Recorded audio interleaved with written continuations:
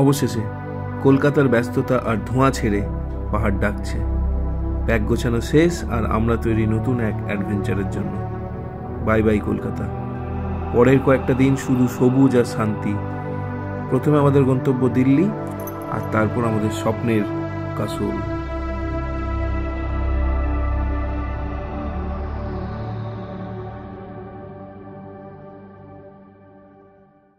A few moments later. সব ঠিকই চলছিল, কিন্তু হঠাৎ টার্বুলেন্স। প্লেনটা এমন ঝাঁকাচ্ছিল, ভাবলাম এই বুঝি সব শেষ। অবশেষে আমরা এসে পৌঁছালাম কাসলে। এটা শুধু একটা গন্তব্য নয়, এটা একটা অনুভূতি। দেবভূমি হিমাচলের এক টুকরো জাদু।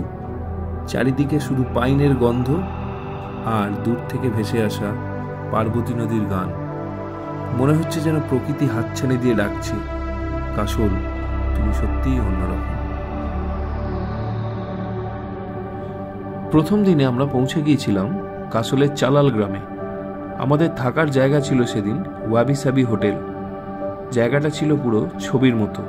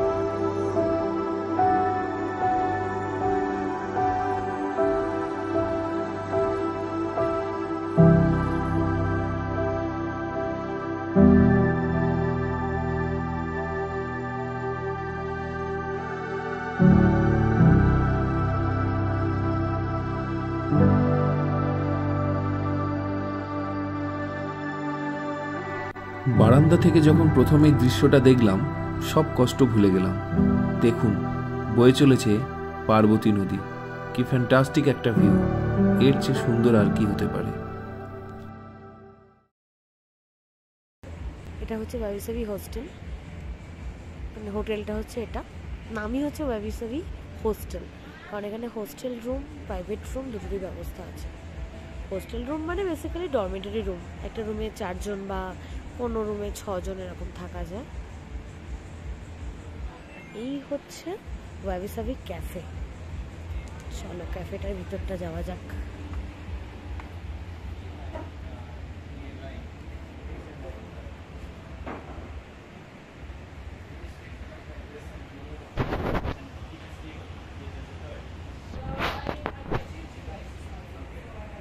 ক্যাফেটার আনাচে কানাচে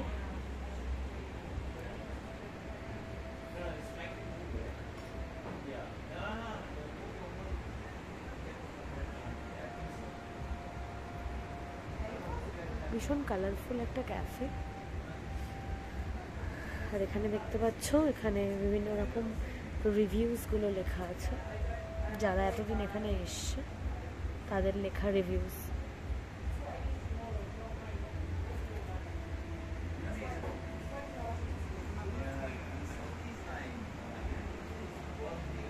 এরকম বিভিন্ন জায়গায় ওয়াল পেন্টিং করা।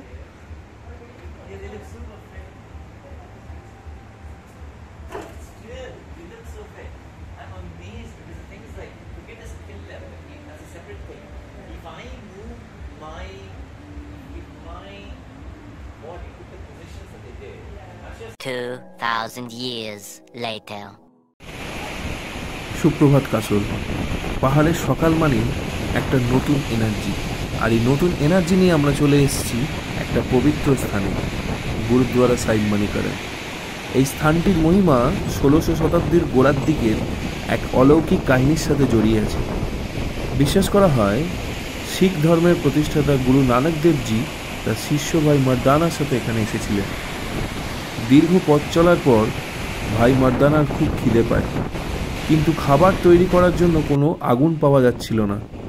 গুরু নানক তখন মর্দানাকে আদেশ করেন এই ঠান্ডা নদীর বদলে পাশে থাকা গরম জলের কুণ্ডে রুটি সেঁকতে। এই গুরুদ্বারার ভিতর কিন্তু একটা গরম জলের কুণ্ড রয়েছে। ভিতরে ক্যামেরা অ্যালাউড নেই, তাই আমরা দেখাতে পারলাম না, কিন্তু পরবর্তী গল্পটা শুনে নাও, তাহলে বুঝতে পারবে। মর্দানা তখন চেষ্টা করে ব্যর্থ হয়। হতাশ হয়ে তিনি গুরুর কাছে ফিরে আসেন। তখন গুরু নানক তাকে ঈশ্বরের নামে প্রার্থনা করে আবার রুটি ভাসানোর কথা বলে ওই গরম জলের কুণ্ডে। এই অলৌকিক শক্তি প্রয়োগের পরেই রুটিগুলো জলে না ডুবে ভেসে ওঠে। এই ঘটনার পর থেকেই স্থানটি পবিত্র বলে গণনা করা হয়। এখানে কমিউনিটি কিচেনও আছে। এটি কেবল শিখ ধর্মের নয়, এটি হিন্দু ধর্মেরও একটি পবিত্র তীর্থস্থান, যা এই উপত্যকাকে করে তুলেছে এক শান্তির প্রতীক। মানিকারান থেকে আমরা চলে এসেছি কাসল মার্কেটে। সেখানে একটা লোকাল দোকান থেকে লাঞ্চ করে এখন আমরা এইখানে এসেছি।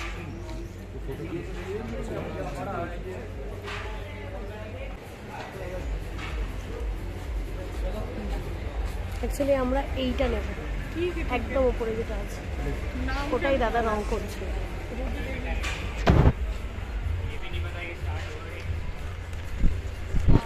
অ্যাকচুয়ালি এটা বাড়ির বাইরে যে নেম প্লেটগুলো থাকে না, সেইগুলোই এখানে আপনার সামনেই 30 মিনিটের মধ্যে বানিয়ে দেবে। দেখে খুব ভালো লাগলো। রাস্তায় যেতে যেতে হঠাৎ দাদার আঁকাগুলো এত সুন্দর যে আমাদের দৃষ্টি আকর্ষণ করলো। আমরা এই ওপরের এইটা নেব এবং সেটা আমাদের টাইটেল দিয়ে হবে আর কি।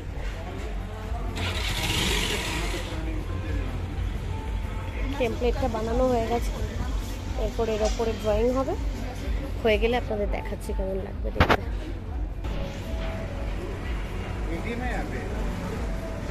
मतलब इस बार में सीधे जाके फिर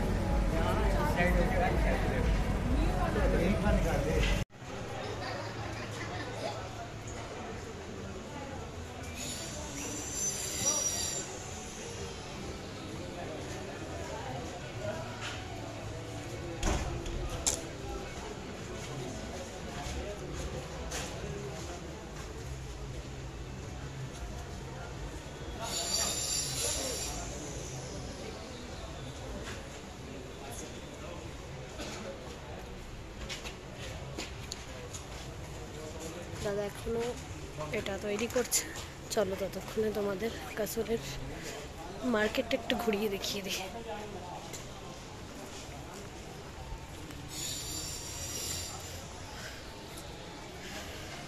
দোকানগুলোর কালেকশনটা দেখো। আমি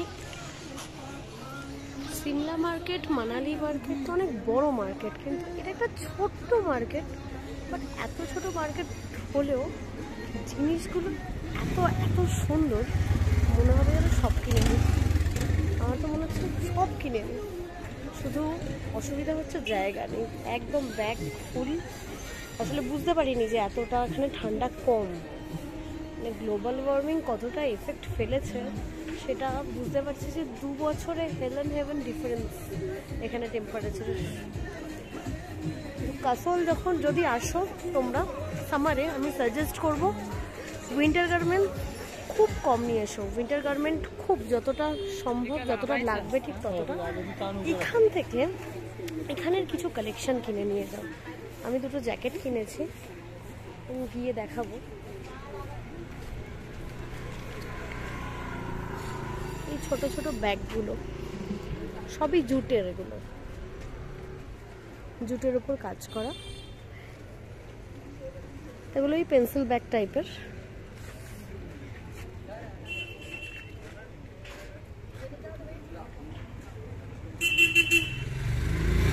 বিভিন্ন রকমের স্লিং ব্যাগও আছে। আমি ওই রকম একটা নিয়েছি। ওই বেশি কিছু জিনিস ধরবে না, ওই একটা পার্স, মোবাইল ফোন, চার্জার ব্যাস, বা পাওয়ার ব্যাংক, এইটুকু ধরবে।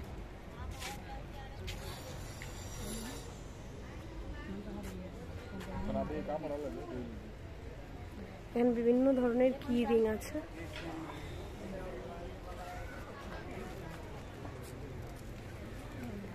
ব্যাগগুলো দেখো শুধু একবার, মনে হয় যেন সব কটা কিনে নি। দারুণ ব্যাগের কালেকশন এখানে, অসাধারণ আমার তো মনে হচ্ছে এখান থেকে আরেকটা ব্যাগ কিনে নিয়ে যাই। আমার এত ব্যাগ হয়ে গেছে, আমার আলমারিতে মনে হয় জামা কাপড় কম, ব্যাগ বেশি। কিন্তু এই ব্যাগগুলো দেখে না আমি লোভ সামলাতে পারছি না। জাস্ট দেখো একবার, সব ধরনের, লাইট কালার বলে লাইট কালার, ডার্ক কালার চাইলে ডার্ক কালার। আর এই ব্যাগ তো আগে আসাম থেকে কিনেছি, এই টাইপের ব্যাগ। এই টাইপের ব্যাগ অলরেডি আমার আছে, এটাই রয়েছে উপরেরটা।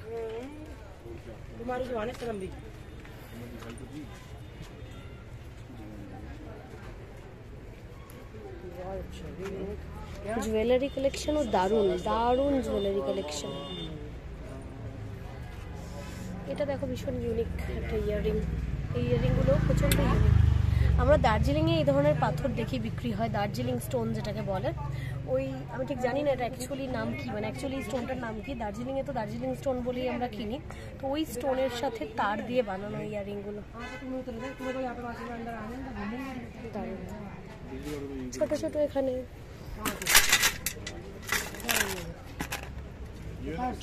খুচরো পয়সা রাখার জন্য ছোট ব্যাগ।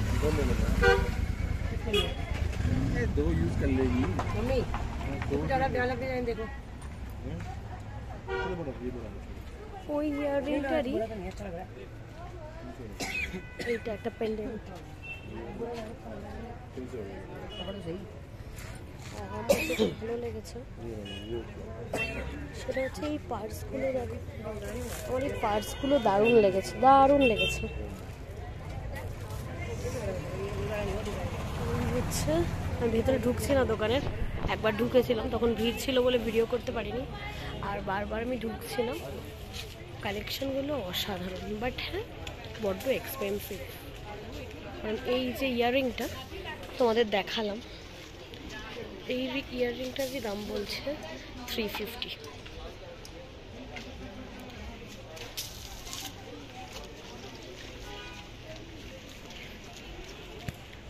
আর এই মানালি সাইডে তো এই ওয়াল হ্যাঙ্গিংগুলো খুবই বিক্রি হয়। ছোট সাইজও আছে, বড় চাইলে বড় সাইজও আছে, বিভিন্ন সাইজে।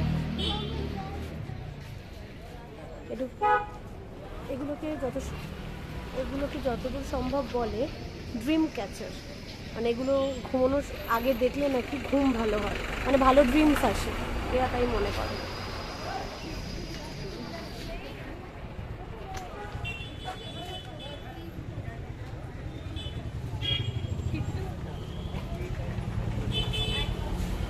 ওয়াল হ্যাঙ্গিংগুলো দেখো, ওয়াল ক্লকগুলো খুব সুন্দর, দারুণ। মানে কেউ যদি ঘর সাজাতে চাও তার আগে আমার মনে হয় আমাদের ওখান থেকে জিনিস কেনার থেকে এইখান থেকে এইসব কালেকশনগুলো নিয়ে দারুণ। একটু এক্সপেন্সিভ হবে, জিনিসগুলো দারুণ। ये क्या है भैया? ट्रे। ओके, সার্ভিং ট্রেগুলো দেখো, সবকটা জিনিসই ভীষণ ইউনিক, দারুণ।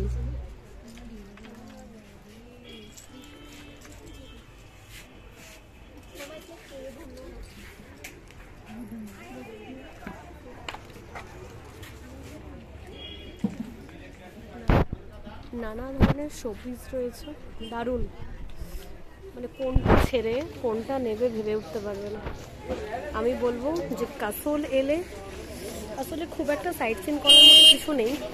কাসোল খুব একটা রিল্যাক্সিং জায়গা, রিল্যাক্স করার জন্য, এক দুদিনের জন্য খুব ভালো। আর শপিংয়ের জন্য কাসোল এলে প্লিজ লাগেজ বাড়িও না, এখান থেকে অনেক শপিং করো, যেগুলো মনে হচ্ছে রিজনেবল সেরকম জিনিস কেনো।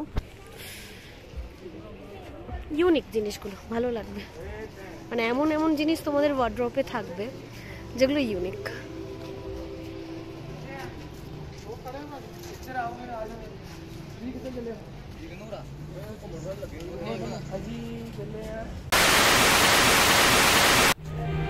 তো এই ছিল আমাদের প্রথম দিনের ঝলক।